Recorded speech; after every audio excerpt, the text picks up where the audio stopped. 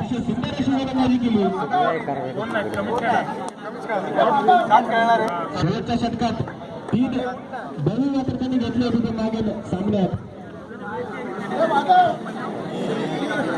6 चेंडू आणि 9 धावांची गरज.